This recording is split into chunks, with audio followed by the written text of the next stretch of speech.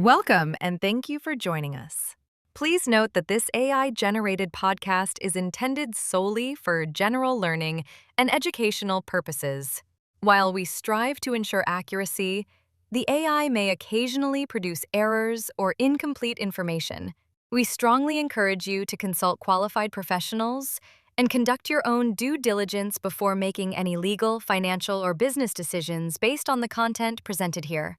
Also, if you find this content valuable, we kindly request you to like the video, subscribe to the channel, and activate the notification bell to receive updates on future episodes. Let's begin. Welcome back to the Deep Dive. Today we're diving deep into a legal case that offers a fascinating shortcut to understanding something fundamental: how innovation is protected and, well, how justice works in the intricate world of intellectual property. Have you ever wondered about the behind-the-scenes battles a new invention faces just to get recognized and protected? It's truly a high-stakes game, and today we're pulling back the curtain on a specific, deeply insightful case from India. We're talking about Shaperon Inc. v. the Assistant Controller of Patents and Designs, known formally as Transfer Civil Miscellaneous Appeal, patents number 46 of 2023. It was decided by the High Court of Judicature at Madras. Right. Our mission today is really to unpack the core details of this specific case, its journey through the patent system, the arguments from both sides, and maybe most importantly, why the court decided what it did. This isn't just about one patent. It's a powerful lesson, really, in the procedural rigor required in handling patent applications and why that matters so much for anyone creating something new. Exactly. This deep dive into Shaperon's battle offers a clear window into the broader principles that underpin the protection of intellectual property, not just in India, but, globally. It's about ensuring fairness and thoroughness in the process itself. Okay, so what was at the heart of this legal showdown? Let's start with the invention itself. The patent application came from Shaperon Inc., a company based in Seoul, Republic of Korea. They lodged their application in India way back in 2014, application number 1667, EEEG 2015. And their invention was titled, let me get this right, Compositions for Preventing or Treating Allergic Skin Disorders Containing GPCR19 Agents as Active Ingredients. Okay, so to get a bit more specific for you, what they were trying to patent was an external preparation. You can think of it like a cream or maybe an ointment containing a particular chemical compound called sodium taurodeoxycholate. This compound acts as a G protein-coupled receptor 19, or GPCR19, agonist. Essentially, they had developed a unique topical formulation designed to prevent or treat allergic skin diseases, like eczema, for example. Got it. So who are the key players in this multi-year legal drama? On one side, you had the appellant, that's the party bringing the appeal, Shaperon Inc., and they were represented by some top-tier counsel, Mr. P.V. Balasubramaniam, senior counsel, and Mr. A. Arvind Raj. Right. And on the other side, the respondent, representing the Government of India's Patent Office, was the Assistant Controller of Patents and Designs, based there in Chennai. They were represented by Mr. Rajesh Vivekanandan. And there was another crucial figure whose input came via an affidavit, Dr. Sung Yong, the inventor himself. His affidavit provided some pretty critical insights into the invention's effects, and all of this unfolded before the Honorable Mr. Justice Senthilkumar Ramamoorthy of the High Court of Judicature at Madras. Okay, now let's quickly trace the journey of this patent application. It truly is a marathon, isn't it? It started on March 5th, 2014, when Shaperon Inc. first lodged its application. Then, fast forward a few years to May 25th, 2018, the Patent Office issued its first examination report, or FER. This report is a crucial hurdle, right? It raises the initial objections an applicant has to overcome. Exactly. And those objections are quite common in patent applications. They cited a lack of novelty, meaning the invention wasn't considered truly new, and also a lack of inventive step. Yeah. Now, this inventive step is a bit trickier. It essentially means the Patent Office considered the invention obvious to someone skilled in that particular field, given what was already known, what we call prior art. Okay. They specifically cited documents D1 to D4, plus a non-patentability objection under Section 3E of the Patents Act 1970. That section generally aims to prevent patents on inventions that are just, simple combinations of known things. Right, makes sense. So Shaperon didn't just accept those objections. On February 22nd, 2019, they responded to that FER, filing amended claims, trying to precisely address those concerns. Then, in early 2020, from February 6th to March 25th, things moved relatively quickly. A hearing was held, and Chaperon submitted even further amended claims and detailed written arguments. This back and forth, it isn't just bureaucratic, it's really the crucible where an invention's fate is decided, with every amendment a fight to prove its worth. Despite those efforts, though, on April 22, 2020, the assistant controller rejected the patent application. This was the impugned order, or the challenge decision, that became the center of the appeal we're discussing. The primary reasons for rejection remained, well, obviousness in light of those prior art documents D1 through D4, and a perceived lack of any surprising effects from the invention. So Shaperon Inc. took the fight to the next level. In early 2023, they challenged this rejection by filing an appeal in the High Court of Judicature at Madras. And after a long wait, on March 6, 2025, the High Court delivered its judgment. And they set aside the rejection and sent the matter back for reconsideration. It's a significant procedural step, but as we'll see, not a final decision on the patent itself. That's quite a journey for a single patent application from 2014 all the way to 2025.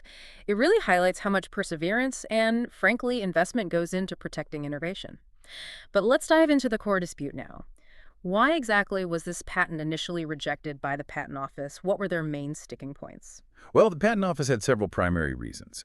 They concluded that the invention lacked both novelty and an inventive step, arguing it was simply obvious when compared to those prior art documents, D1, D2, D3, and D4. They also deemed it non-patentable under that Section 3E we mentioned earlier. So it wasn't just that it seemed obvious, but that the specific external preparation, this cream, even if it contained a known functional ingredient, was seen as just routine experimentation for someone skilled in the field. That's the gist of it. The controller stated that merely having an intended use doesn't make something patentable if the composition itself isn't truly distinct or inventive. Okay. And a crucial point for the Patent Office was that they found Shaperon provided no details for advantages or surprising unexpected effects of their invention compared to what was already known. This is vital because if your invention just does what's expected, even if it's a new combination, it might not be considered inventive enough. The patent system wants to reward true breakthroughs, not just routine tweaks. Okay, this is where it gets really interesting because Shaperon Inc. clearly wasn't about to give up. They launched a pretty strong counteroffensive armed with several key arguments. Their first line of attack focused on meticulously distinguishing their invention from those prior art documents, those D1 to D4. Yes, this was absolutely central to their case. For documents D1 and D3, Shaperon argued that those were primarily targeted at treating sepsis, which is a life-threatening systemic infection. Very different, they argued. Right. They contrasted this with their invention, which was specifically for allergic skin disorders like eczema applied topically. The key here is that a treatment for one condition often doesn't simply translate to another, especially when you're talking specific chemical pathways. So that makes it less obvious that D1 or D3 would directly lead to Shaperon's invention. They even pointed out D1 provided no efficacy data for atopic dermatitis specifically. Okay, that makes sense. And what about the other documents, D2 and D4? How did they tackle those? Well, for D2, they argued it related to a different compound altogether, a GPBAR1 agonist, apparently for inflammatory disorders, not their specific GPCR19 agent. And as for D4, Shaperon highlighted that it disclosed different GPCR19 agonists specifically, pianodeoxycholic acid and ursodeoxycholic acid, not the sodium taurodeoxycholate that was, the card to Shaperon's invention. They were clearly trying to draw very clear lines. Our compound, our application, it's distinct. So to summarize Chaperon's first line of attack, they were basically saying, look, our invention is fundamentally different from these prior art documents. It targets different conditions or uses different compounds. But they had another powerful card to play, didn't they? The inventor's own words. They absolutely did. They played their ace. A crucial inventor's affidavit. Dr. Song-Yong, the inventor, submitted a sworn statement. And in it, he offered an expert opinion on the unexpected therapeutic effect of their GPCR19 agonist HY21191 when administered transdermally, meaning applied directly to the skin for atopic dermatitis. He highlighted that this specific compound actually have a very short half-life if you give it orally or by injection, making the topical administration route surprisingly effective. This was direct evidence intended squarely to counter that obviousness objection by showing an unexpected benefit. Wow, that sounds like a really strong piece of evidence. And they didn't stop there either. Shaperon also leaned on the fact that the very same invention had already been granted patents in multiple other major jurisdictions, including the United States, Japan, and Europe. That must have been a significant point for them to bring up in the Indian proceedings. It was, definitely. While foreign patent grants are not legally binding in India, Shaperon specifically noted that the European Patent Office, the EPO, had considered the exact same 4 prior arts, D1, D4, that were cited in India, yet still granted the patent. Their argument was essentially, look, while it's not determinative, this should at least be a relevant factor for the Indian Patent Office to consider. It suggests that experts in other major jurisdictions looked at the same information and found it inventive. Right, you'd think that would carry some weight. So, with all these detailed arguments from Shaperon, the distinctions, the affidavit, the foreign patents, how did the Patent Office respond? What were their counter-arguments to this, well, formidable counteroffensive? Well, the assistant controller basically doubled down. They maintained that the invention was indeed obvious to a skilled person based on D1 through D4. They reiterated that argument that it's simply routine for a skilled person to develop an external preparation using known functional ingredients.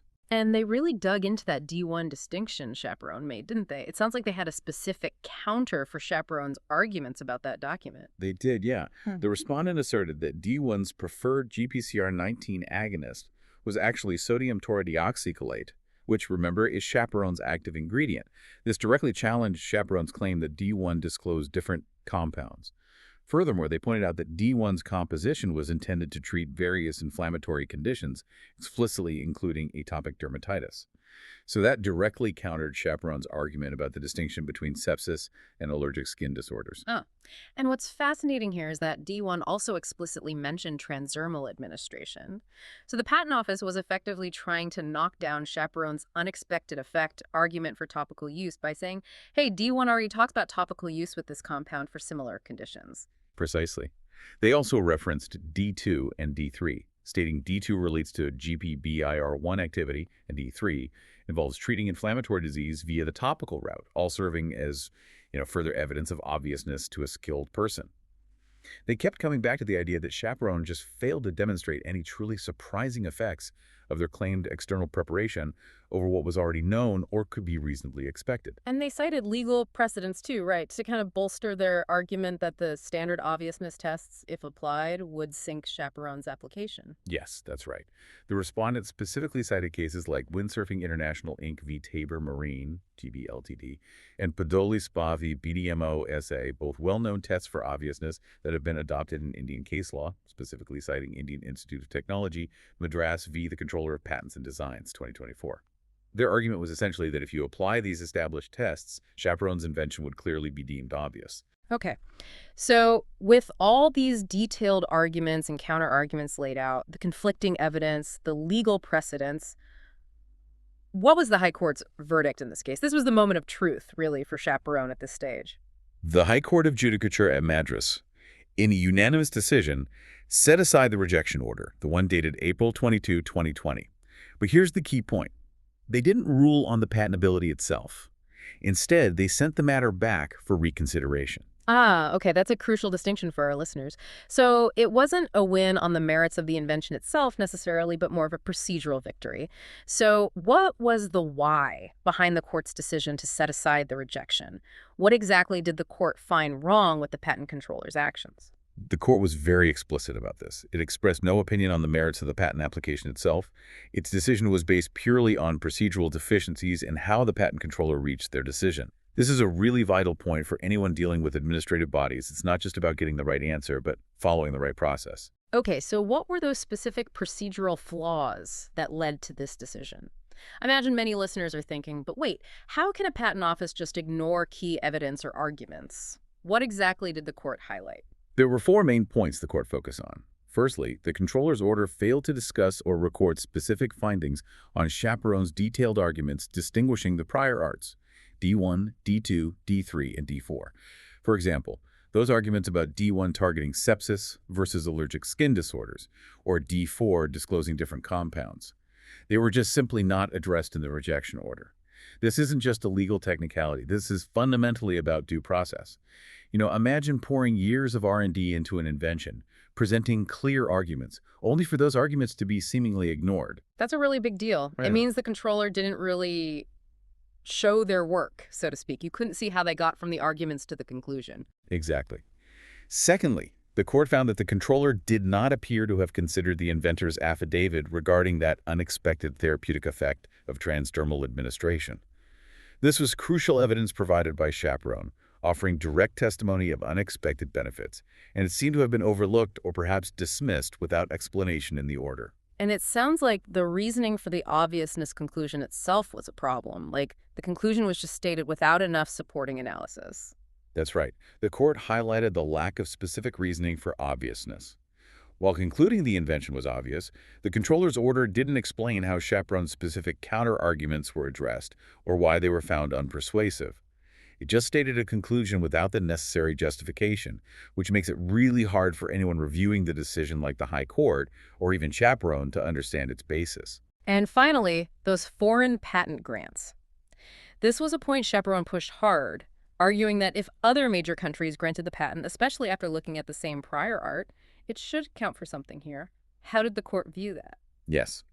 The court emphasized that while not binding in India, the fact that the same invention received patents in the US, Japan, and Europe especially, where the same prior arts were considered by the EPO, should have been taken into consideration as one of the factors in the decision-making process.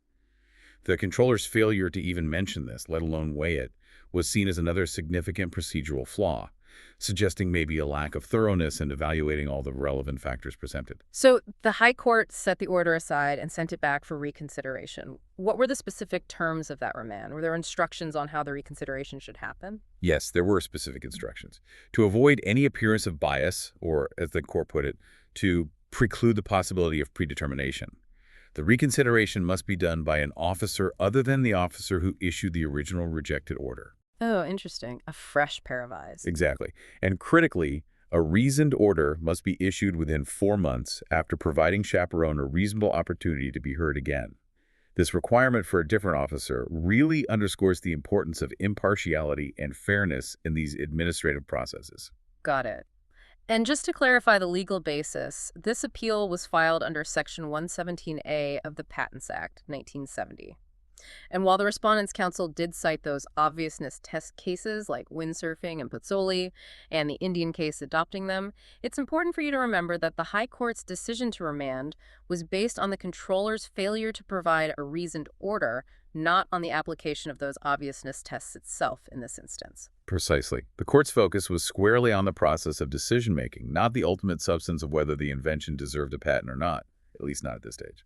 So for you, our listener, what's the biggest takeaway from this case? What should someone navigating the patent system, maybe an inventor or a company, be paying attention to after this judgment?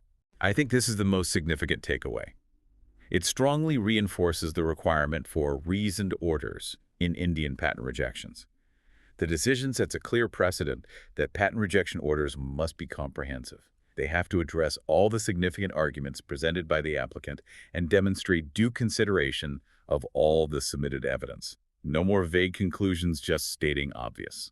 So it's really a direct instruction to the Indian Patent Office on how to conduct examinations properly, demanding thoroughness and transparency. It sounds like a win for due process, fundamentally. Absolutely. And also, while foreign patents are still not legally binding in India, this ruling makes it clear that evidence of foreign patent grants for the same invention, especially where similar prior art was considered, is a relevant factor that the patent controller must consider and weigh. This definitely influences how applicants might present their cases moving forward. It gives them another potentially strategic angle to emphasize. But it's important to stress what this decision doesn't do, because Shaperon's patent isn't guaranteed just yet, right? This wasn't the final word on the invention itself. That's absolutely correct. It crucially does not change the legal definition of inventive step or obviousness under Indian patent law, nor does it rule on the ultimate patentability of Shaperon's specific invention. It's a procedural win, a crucial one, but not a substantive one for Shaperon yet. The invention still has to prove its merits in the re-examination by this new officer. Okay. This case, Shaperon Inc., the assistant controller of patents and designs, really underscores that in the complex world of intellectual property, procedure, and reasoned decision-making are just as crucial as the underlying technical merits of an invention. It's not enough to be right. Administrative bodies have to actually show their work, show how they reach their conclusions. Indeed. And, this case kind of forces us to consider how much scrutiny should administrative bodies face when making these decisions that really impact innovation and economic development. What more could be done to ensure not just correct outcomes, but transparent and thorough processes are followed, not just in India, but globally? It invites you to think about that delicate balance between efficiency and due process in any system where these impactful decisions are made.